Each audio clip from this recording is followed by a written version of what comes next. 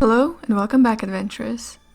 Valentine's Day is a beautiful holiday to spend with your loved ones, or maybe try and win the heart of your crush. But if you're a poor villager living in a small town somewhere in the midst of Ravenloft, I urge you to be careful this upcoming day of love. And for that, I've compiled a top 10 monsters to look out for this Valentine's Day. I would recommend you to safeguard your dreams from Basilisk, a haunting undead creature that comes in the night to feed on your dream energies.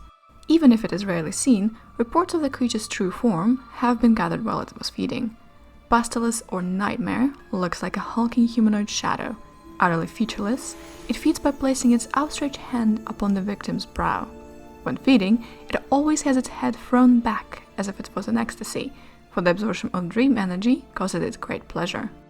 The Basilisk is drawn to places where large numbers of people dwell, and thus dream. Because of this, it frequently appears in cities and towns. While in a given location, it seeks out those who have the most vivid dreams. Usually, this includes highly passionate or motivated individuals, and those rare Ravenloft artists. Once the Basilisk has fed upon a given person's dreams, it becomes obsessed with that person, and will return to taste their essences nightly until the victim dies. And later, raised as the Nightmare themselves, possessing no memories of their own, doomed to feed on others they loved in their life. Doppelganger plant, first introduced in the Dungeon Magazine 38, looks much like any other melon at first. It spreads out in a tangle of vines and broad glossy leaves, but scattered through its mass are a number of pods, the sources of the wicked creature's intelligence. They also serve as the last line of defense for the plant, as they are capable of dominating minds of those nearby. The unfortunate fate of those dominated in such a way is to become a podling, their fly force taking to support the plant, while their body used to lure more victims to their deaths. Even if the podlings retain all knowledge and abilities it had previously, it is no longer the loved one you once knew. It is not alive nor undead, and serves only the needs of the plant. It is not unknown for the whole towns fall beneath the shroud of evil that one of this creature spreads. While traveling through the mists of Ravenloft, be wary of what lurks within, as anyone who lingers too long in the mist is sure to draw the attention and wrath of these creatures. While their presence is often sensed as they move by a party just outside of visual range, they do not allow themselves to be noticed until they attack. When they finally make their presence known, their form can be greatly varied, taking a form of what it knows to cause terror. Miss Horror is able to read minds and send compulsions to those it sees, making them enter its hunting grounds against their will. Miss Horrors are the spirits of evil beings, who, while not being foul enough to receive their own domain, attracted the attention of the dark powers. Upon their deaths, their spirits leave their bodies to enter the mists. Throughout Ravenloft, there is a superstition that anyone buried on a foggy day will become a mist horror. This may or may not be true, but the Vistani themselves seem to take this belief very seriously, and that lends great credence to it in the eyes of many. When a beautiful redhead makes your acquaintance this Valentine's Day, be sure to check if they're a shape-changer, as the Red Widows derive a vile pleasure in the murder of those lured to them by their charms and promises of delight. In their human guise, Red Widow appears as a fantastically beautiful and alluring person with long, flowing red hair, dressed to impress. It will adopt its true form, that of a giant spider, only when it's about to make a kill. In this shape, the creature has a bright crimson body with a black hourglass pattern on its back. The Red Widow often makes its home in the cities and towns of men. Here it moves about in its human guise and seduces victims under the cover of darkness. Every week, one citizen succumbs to the Red Widow's charms, while another is found drained of blood and other bodily fluids. An encounter with a carrion stalker may well be the most horrifying experience a traveler can have. These nasty creatures actually live within decaying bodies and lie in wait for a bypasser to serve as a new nest for their larvae. The carrion stalker looks something like a horseshoe crab, but also sprouts the tentacles of a jellyfish. They are occasionally seen scurrying about dank mausoleums and moldering cemeteries with their vile tendrils behind them. They have no social order or much intelligence, but they need to survive and reproduce. The larvae that infest a host body will ultimately kill each other in competition for food. Thus, only 2 or 3 of them will grow to maturity within a corpse. So, please, lovebirds, make sure to forgo the romantic stroll at the cemetery.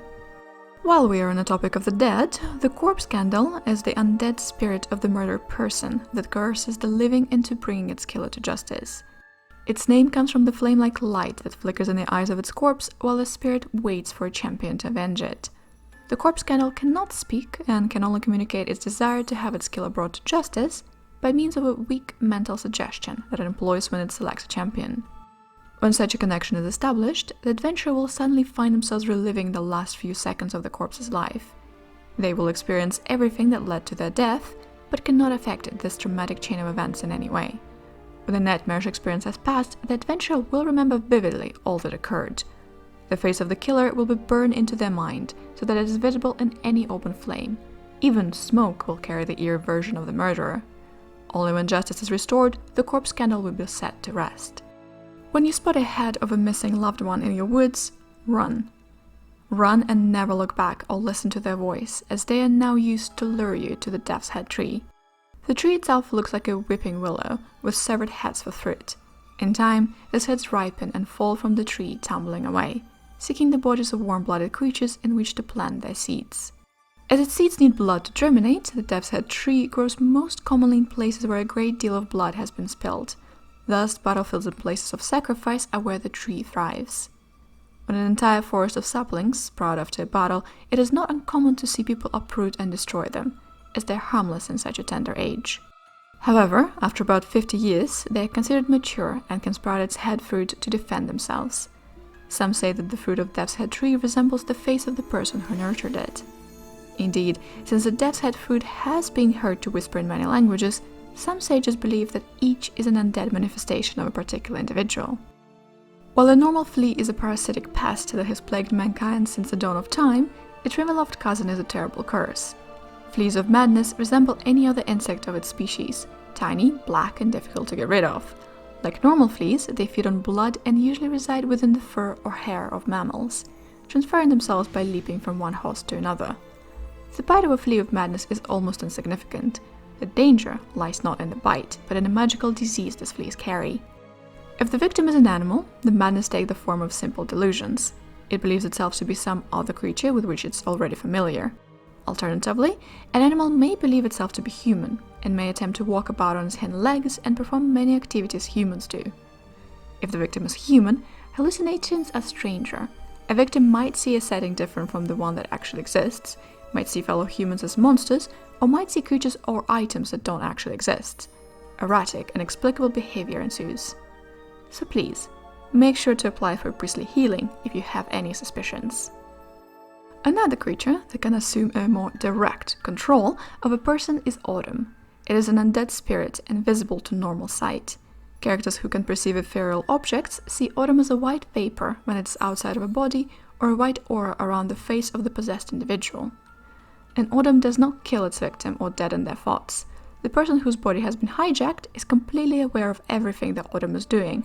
They're simply helpless to act. The goal of the spirit is always to cause mayhem and destruction. It feeds on fear, anger, and hate of those around it. Since it is not harmed by the death of its host, it considers it quite expendable.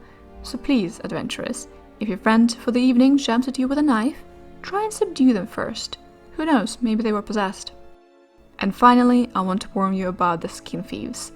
A bizarre beastmen who scuttle through the wastelands of Ravenloft in small clans, searching for the unsuspecting victims to rob.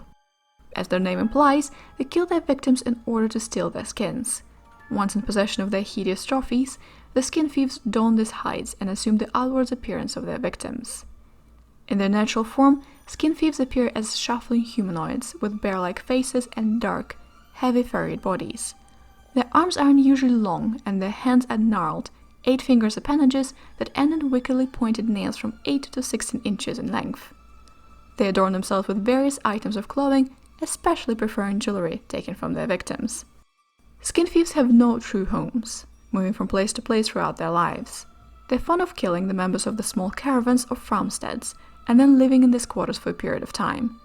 In such cases, the skin thieves themselves will don the skins of their victims and perform a twisted parody of a human activity, even to the extent of interacting with other humans in an attempt to lure more unsuspecting victims. Thank you so much for your time, patient listeners.